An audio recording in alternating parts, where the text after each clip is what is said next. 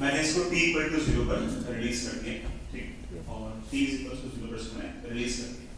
किसी भी टाइम पर इस रॉड की वेलोसिटी क्या होगी, किसी भी टाइम पर बड़ा इसका डिस्प्लेसमेंट क्या होगा, ये सब को डिस्कस कर लेंगे। पहले कि इस पूरे सर्किट में किसी प्रकार का कोई रेजिस्टेंस नहीं है, बड़ा रेजिस्टेंस नहीं है। अगर रेजिस्टेंस होता तब भी इक्वेशन तो मैं लिख पाता, बड़ा नजर नहीं आ रहा होता। अगर बड़ा रेजिस्टेंस होता ना तब भी हम सॉल्व कर लेते, सॉल्व इक्वेशन लिख देते, सॉल्व कर पाते नहीं कर पाते अलग बात है। उस तरह की सेकंड ऑर्डर डिफरेंशियल इक्वेशन बनती है और हमसे शायद सॉल्व ना हो पाती। लेकिन फिजिक्स वाला काम तो हमेशा कर सकते हैं, फिजिक्स वाला काम मतलब इक्वेशन लिखने काम तो कर ही सकते हैं, सॉल्व होना नहीं होना तो मैथ्स पे डिपेंड करता है। तो t इक्वल्स टू 0 पर मैंने इस वर्ड को रिलीज कर दिया। बेटा रिलीज करते ही वर्टिकल प्लेन पर नीचे की तरफ कौन सा फोर्स रहेगा, mg, एक्सेलरेशन रहेगा नीचे की तरफ g, उसके बाद रॉड मूव करेगी नीचे की तरफ। लेकिन जैसे ही रॉड मूव करेगी क्या आएगी, मैग्नेटिक लाइन ऑफ फोर्सेस को कट करेगी क्या, आंसर बिल्कुल करेगी। और जैसे ही मैग्नेटिक लाइन ऑफ फोर्सेस को कट करेगी इसमें ईएमएफ इंड्यूस आएगा, ईएमएफ इंड्यूस आएगा तो कैपेसिटर पर चार्ज आएगा, कैपेसिटर पर चार्ज।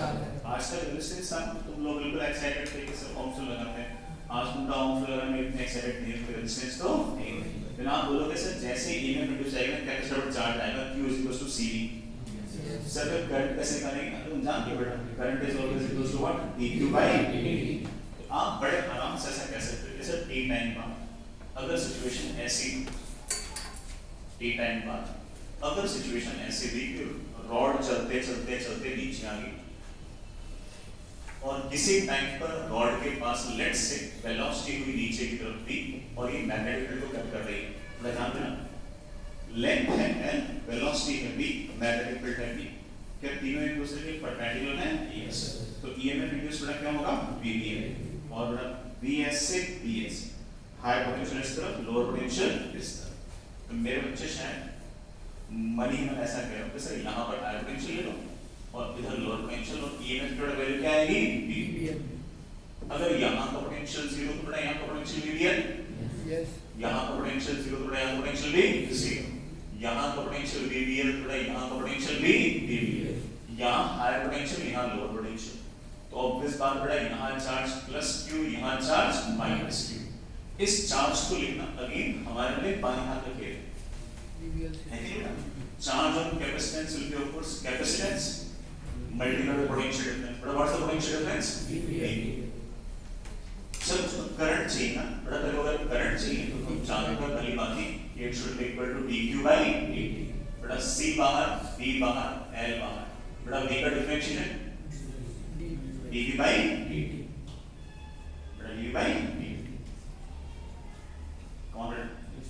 अब जैसे ही करंट आ गया, अब इस रॉड पर न्यूटन से लगाना पड़े बाएं हाथ के लिए, बड़ा बोलना सबसे पहले इस रॉड पर नीचे की तरफ मेरे पैर में क्या आएगा, mg। करंट मेरे बच्चे ऐसे बोल रहे हैं कि सर क्यों जा रहा है ऐसे, जा रहा है करंट ऐसे, क्या करंट है ऐसे, बड़ा b वेक्टर है ऐसे, करंट की तरफ हाथ ले जाओ, मैग्नेटिक फील्ड की तरफ उंगलियां कर्ल करो, अंगूठा आ गया ऊपर, बड़ा ऊपर की तरफ एक फोर्स आएगा, प्यारे बच्चों बोलना कितना फोर्स होगा, IL, बड़ा कितना फोर्स होगा,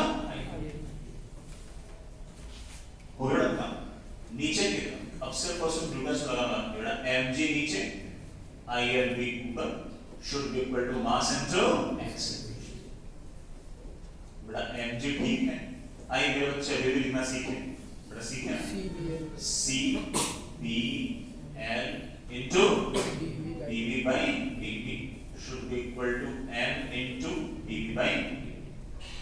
बड़ा मेरे पास dv by dt की वैल्यू आ गई है, बड़ा बोलना कितनी आ गई, mg upon 1 plus m plus है ना, m plus c v square l square।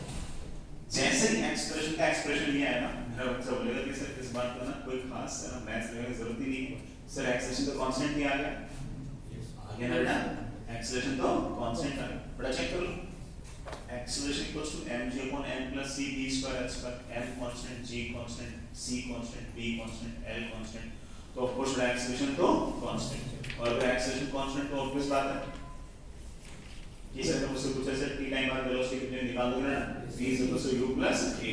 इस टाइम पर डिस्प्लेसमेंट क्या होगा, s equals to ut plus r। अगर एक्सेशन कांस्टेंट ना होता तो तीन सवाल तो लड़ते हैं, यस तब भी अपन सवाल तो करते हैं। तब बेटा कई दूसरे वाले सवाल में कैसे कॉन्सेप्ट बेटा सवाल करते हैं। ठीक है बेटा सर्किट में कैपेसिटर आएगा तो कैसे मैनेज करना समझ आ गया।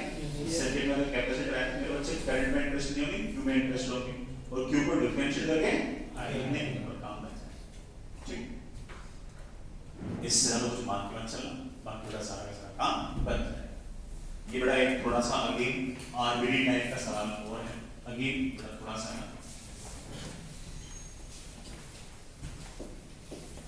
जेई मेन लेवल तक बेटा से बात नहीं, सारी बात बड़ा ऑब्वियस बात नहीं, एडवांस टाइप की बात है और वो भी इसमें मल्टीपल कॉन्सेप्ट्स इस सवाल के अंदर की बहुत सारे इंक्लूडेड हैं। सिचुएशन बड़ा देख लो आपने किस तरह बना रखी है। मैंने बड़ा सिचुएशन इस तरह बना रखी है कि ना एक मैंने पहले सर्कुलर फिक्स्ड ट्रैक बना रखा है इस तरह कार था तो कुछ नहीं कार और इसका रेजिस्टेंस बड़ा है, इसका रेडियस कितना है। ठीक यहाँ बीचों बीच बड़ा हिंज, बड़ा बीचों बीच हिंज और मेरे पास ये है बड़ा एक रॉड, बड़ा जानते हैं ये एक m मास की l लेंथ की स्मॉल r रेजिस्टेंस की रॉड है, बड़ा स्मॉल r उसका रेजिस्टेंस। साथ ही साथ सर्किट में मैंने क्या किया बेटा कि एक रेजिस्टेंस और लगा रखा है ऐसे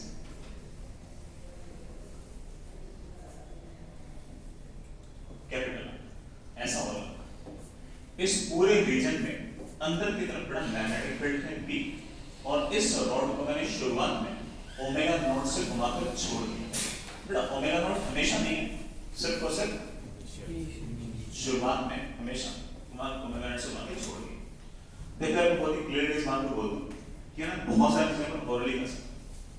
जैसे ही हमने इस रॉड को घुमा के छोड़ा और रॉड के प्रत्येक पॉइंट का वेलोसिटी आएगी ऐसे, मैग्नेटिक आएगी ऐसे B cross B, high potential इस तरफ, लोअर पोटेंशियल इस तरफ। ये एक बड़ा वेक्टर इधर ले करेगा, बैटरी में से करंट यू जाएगा यू जाएगा यू जाएगा यू आएगा, फिर दो पार्ट्स में डिवाइड होकर वापस करंट यू आएगा। जो करंट कैपिटल R में से बड़ा वही करंट पास स्मॉल r में से, स्मॉल r किसका रेजिस्टेंस है इस रॉड। तो इतना तो गली बात ही जानते हो कि जो भी ईएमएफ इंड्यूस है उसके पीछे कारण कौन है, ओमेगा। कौन है, ओमेगा। तुम भी जानते हो फाइनली ओमेगा क्या हो जाएगा 0। इस रॉड के पास इनिशियल कितनी kinetic energy, half ml square by 3 into omega naught का स्क्वायर। फाइनली कितनी 0। कहां गई और सारी की सारी इलेक्ट्रिकल एनर्जी, वही इलेक्ट्रिकल एनर्जी और बाद में क्या आ गई हीट लॉस। मेरे बच्चों ने सर जो करंट कैपिटल R में है वही करंट स्मॉल r में, तो इसमें हीट लॉस होगी I square into capital R dt और इसमें हीट लॉस होगी I square into small r dt। तो इसमें टोटल कितनी हीट लॉस होगी मैं ओरली निकाल सकता हूं। मैं कह सकता हूं कि heat loss in capital R is to heat loss in small r। ये जो रेशियो है बेटा किसके बराबर आएगा, capital R is to small r। दूसरा मेरे बच्चों को पता है कि कैपिटल R में कितनी हीट लॉस हुई और स्मॉल r में कितनी हीट लॉस हुई। तो एक्सटर्नल रिजल्ट है नहीं डिपेंड वाला, दोनों में heat loss should be equal to half बराबर है ln square by 3 into omega naught का स्क्वायर। तो इक्वेशन है दो दी ओरली करना है सवाल। इसमें उसने पूछा कि कैपिटल R में कितनी हीट लॉस होगी, मैं बड़े आराम से लिखूंगा capital R upon capital R plus small r into ml square by 6 into omega naught का स्क्वायर। ओरली इसका ये कतई नहीं का पूरा सवाल नहीं करा मैं बता रहा हूं कि कैसे कैसे कई चीजों को लॉजिक से बड़े आराम से सोच सकते हैं। लॉजिक समझ पा गया, मैं इंटीग्रेशन से सेम आंसर निकाल, इंटीग्रेशन से ढंग से सेम आंसर निकाल। चलिए ना पूरा सर्किट सॉल्व करते हैं। किसी टाइम t पर किसी टाइम t पर मान लेते हैं इसकी एंगुलर वेलोसिटी चेंज होते होते ओमेगा हो।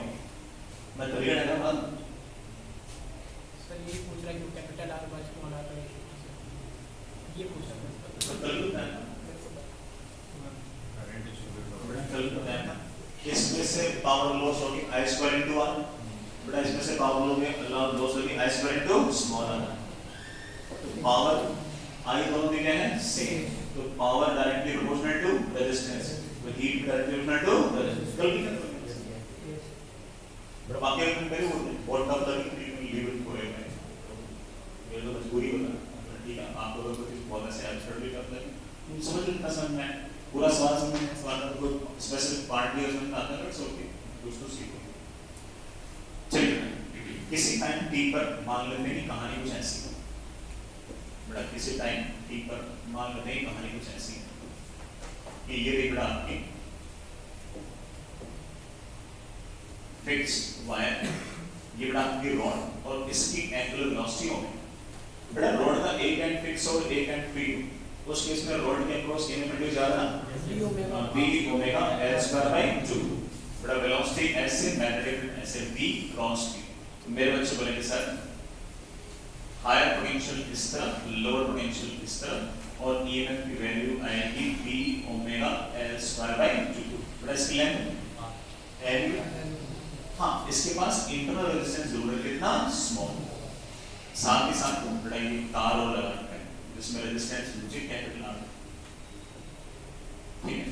करंट यहां से गया, करंट यहां से गया, करंट यहां से गया, करंट यहां से गया। लेट्स बड़ा करंट है, इस करंट के दो पार्ट हुए, एक इधर से इधर है, एक बड़ा करंट और दूसरा इस साइड से है। यहां से वापस से करंट आ गया, लगे आराम से करंट की वैल्यू कितनी होगी मेरे बच्चे बोलेंगे कि सर ईएमएफ बड़ा what's the EMF b omega l square by 2 upon resistance. I ready hope मेरे साइड में उसमें रेजिस्टेंस नजर आ गया होगा r प्लस r। बड़ा क्यों दोनों सीरीज में जो करंट कैपिटल R में बड़ा वही करंट स्मॉल r, दोनों सीरीज। लेकिन इस करंट के कारण इस इतने से तार पर फोर्स भी लगेगा और टॉर्क भी लगेगा। बड़ा सा देखना, तार में करंट जा रहा है ऐसे, मैग्नेटिक फील्ड है ऐसे, करंट की तरफ हाथ ले जाओ, मैग्नेटिक फील्ड की तरफ उंगलियां पकड़ करो, अंगूठा आ गया ऐसे, बड़ा इस पर फोर्स आएगा ऐसे। देखो फोर्स तो यहां भी आएगा, यहां भी आएगा, यहां भी आएगा, यहां भी आएगा, यहां भी आएगा, यहां भी आएगा, सब जगह आएगा।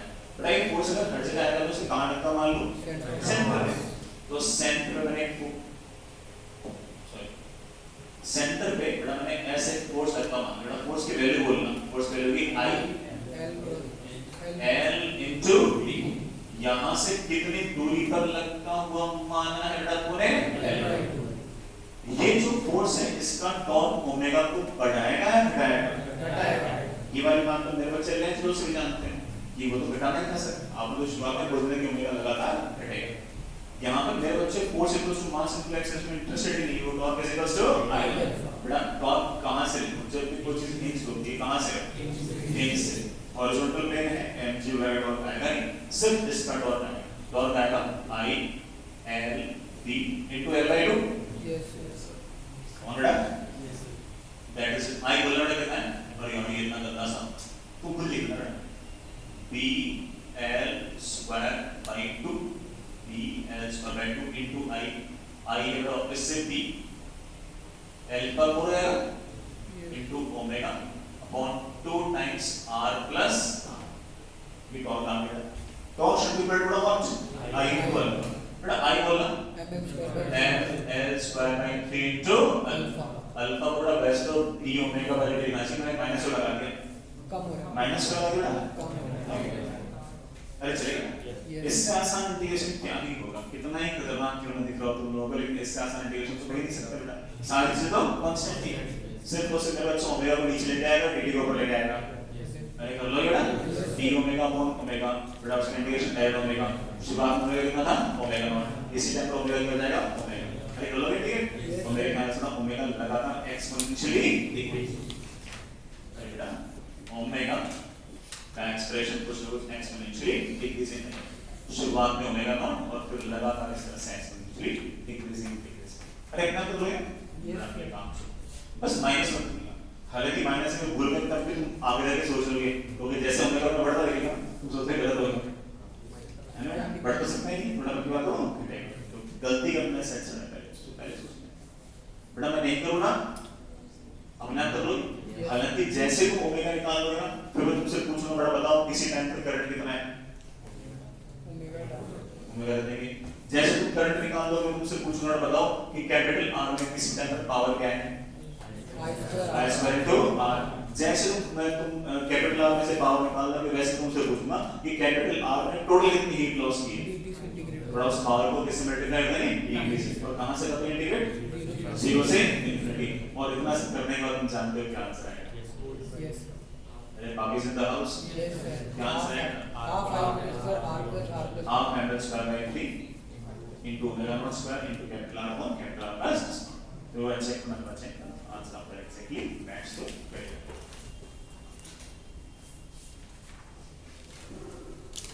चलिए नेक्स्ट टेस्ट बड़ा छोटा सा पॉइंट और जिससे हमने स्टेट तो काफी बार किया है बट हम उसका फॉर्मूला सिचुएशन पहली बार ही देख रहे हैं।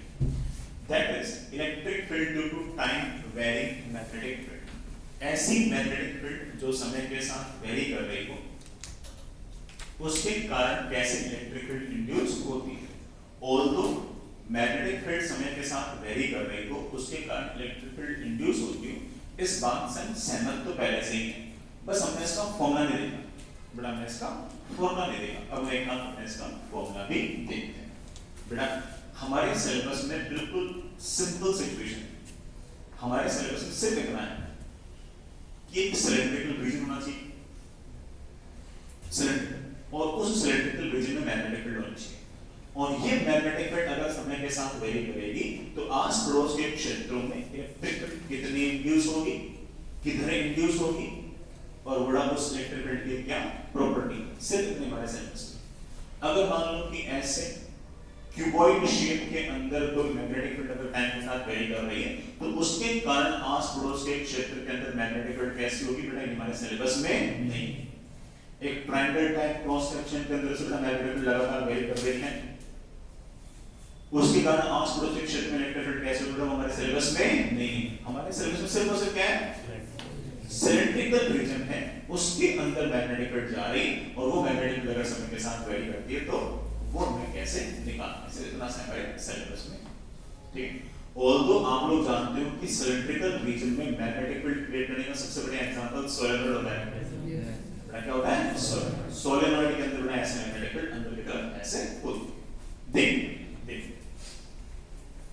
सुनिए, मेरे पास बड़ा लेट्स से सोलेनॉइड है। बड़ा सोलेनॉइड मतलब एक ऐसा सिलेंडर जिसके अंदर हमने ऐसे ऐसे ऐसे ऐसे तार लगे रखे और तार में लेट्स से मेरे प्यारे बच्चों करंट है आई, तो उस सिलेंडर के अंदर ऐसे मैग्नेटिक फील्ड आ जाएगी और इस मैग्नेटिक फील्ड का जो वैल्यू आएगी उसकी बेटा वैल्यू होगी म्यू नॉट n। बेटा n is not number of turns, n is number of turns प्रति यूनिट लेंथ। ठीक, तो मैग्नेटिक फील्ड ऐसे सिलेंड्रिकल रीजन में ही होगी, बाहर कोई मैग्नेटिक फील्ड नहीं होगी, बाहर कोई मैग्नेटिक फील्ड नहीं होगी, जो मैग्नेटिक फील्ड होगी ऐसे अंदर ही होगी। ठीक है, इसी सिलेंडर को मैं अगर मान लो कि इधर से देखूं या अगर इधर से देखूं तो ऐसा नजर आएगा, ऐसा नजर आएगा कि कैपिटल आर रेडियस का सोलेनॉइड है, ये बड़ा उसका क्रॉस सेक्शन है, बाहर वाले पॉइंट्स पर मैग्नेटिक फील्ड नहीं है, अंदर वाले पॉइंट्स पर मैग्नेटिक फील्ड है ऐसे अंदर की तरफ, और वो मैग्नेटिक फील्ड लगातार मान लीजिए कि समय के साथ फॉर एग्जांपल बढ़ रही है। घड़ी तब भी सोच रहे हैं मान लो मैग्नेटिक फील्ड समय के साथ बढ़ रही है तो इलेक्ट्रिक लाइन ऑफ फोर्सेस कैसे इंड्यूस होंगी और बेटा वो उनका नेचर क्या होगा, उसका फॉर्मूला क्या होगा, ये सब बातें हमें देखनी। चलिए बेटा देखते हैं, फिर से बोलता हूं, ये सिलेंड्रिकल रीजन है, इस सिलेंड्रिकल रीजन का रेडियस बेटा मेरे पास कैपिटल आर है, अंदर की तरफ मैग्नेटिक फील्ड है और ये मैग्नेटिक फील्ड समय के साथ लगातार बढ़ रही है।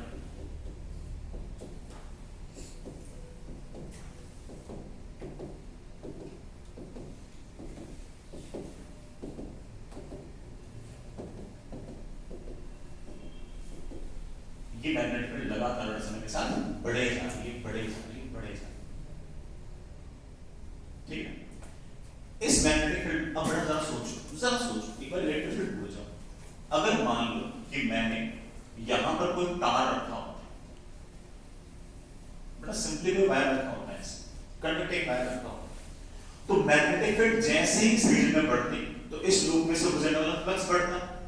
बेटा फ्लक्स बढ़ता तो हम क्या कोशिश करते हैं फ्लक्स को घटाने की, तो हम बेटा एक मैग्नेटिक फील्ड क्रिएट करते हैं बाहर। अरे भाई हम मैग्नेटिक फील्ड बाहर क्रिएट करते तो ऑब्वियस बात है कि इस तार में करंट आता ऐसे, बेटा तार में करंट आता ऐसे, तार में इलेक्ट्रॉन्स भागते ऐसे, तार में इलेक्ट्रॉन्स भागते ऐसे, तो ऑफ कोर्स तार में इलेक्ट्रिक फील्ड है ऐसे। कौन बेटा ये इलेक्ट्रिक फील्ड ने किस तरफ मान ली, जिस तरफ का आपने करंट माना, और करंट तो मानना अपने लेंस लॉ से आता है ना, तो जिस तरफ तुमने करंट माना है उस तरफ क्या मान इलेक्ट्रिक फील्ड। अगर एक मैग्नेटिक फील्ड समय के साथ लगातार घटते तो उल्टे होगा ना, अगर एक मैग्नेटिक फील्ड लगातार घट रहा हो तो क्या कोशिश करते हैं मैग्नेटिक फील्ड को बढ़ाने, बेटा मैग्नेटिक फील्ड बढ़ाने के लिए करंट चाहते ऐसा ऐसे चलना, बेटा तुम करंट चाहते ऐसे, इलेक्ट्रिक फील्ड चाहते ऐसे, तो अब बेटा हमारे पास इलेक्ट्रिक फील्ड आ गई है, ये मुझे इलेक्ट्रिक फील्ड निकालनी है। सर इलेक्ट्रिक फील्ड आपने इलेक्ट्रोस्टैटिक्स में कहा था कि कभी क्लोज लूप नहीं बनाएगी। सर यहां पर तो इलेक्ट्रिक फील्ड चलते चलते चलते चलते चलते चलते वहीं पहुंच गई, हमरा बिल्कुल सर आपने तो साफ साफ लिखा है कि electric field never forms a close loop, बड़ा सिखाया था, लेकिन किसके लिए सिखाया था, electric field due to static charge. वो कंजर्वेटिव फील्ड थी बेटा, वो कंजर्वेटिव फोर्स था, वो कभी भी क्लोज लूप नहीं बनाता। ये वाला इलेक्ट्रिक फील्ड जो किसके कारण है, टाइम वेरिंग मैग्नेटिक फील्ड के कारण ये क्लोज लूप बना सकती है। इसे बोलिए सर वो सब ठीक है, निकाला कैसे, मैं कैसे निकालूंगा कि यहां से यहां तक का जो ईएमएफ इंड्यूस्ड है मैं उसे दो स्टाइल से निकाल सकता हूं। एक तो डी फाई बाई डी, बेटा बताओ जरा अगर स्मॉल आर रेडियस में इस लूप के अंदर कितना नेट ईएमएफ इंड्यूस है, मैं आपसे पूछूं निकाल दोगे ना, आप बोलोगे sir that is d by dt of flux. बेटा what is the flux, flux with magnetic field into ये वाला एरिया, बेटा what's the area pi r square, बेटा पाई आर स्क्वायर तो बाहर आ गया multiplied by dv by dt, मेरे पास ये आ गया EMF induce, this is my equation पर। अब पता नहीं बच्चों को याद किया नहीं है, ईएमएफ इंड्यूस की एक डेफिनेशन और वन बिल्कुल करंट इलेक्ट्रिसिटी में आपको सिखा रखी है। एक कूलम्ब चार्ज को यहां से यहां तक चलाने में इलेक्ट्रिक फील्ड के द्वारा किया गया वर्क, कौन है क्यू चार्ज को पूरे सर्कल में यहां से यहां तक चलाने में जो बर्डन आएगा उसकी वैल्यू होगी E * Q तो बड़ा फोर्स मल्टीप्लाइड बाय बड़ा व्हाट्स q बाय m, ये तो बर्डन है, मुझे क्या निकालना है बेटा burden per unit charge, q से q बड़ा क्या हो गया कैंसिल।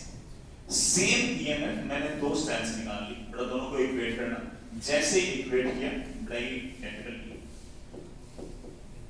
E, जैसे दोनों को इक्वेट किया पाई से पाई कैंसिल, r से r कैंसिल, अंदर वाले पॉइंट पर इलेक्ट्रिक फील्ड की वैल्यू आ गई, बड़ा बोलना कितनी वैल्यू आ गई है r/2 * dv/dt।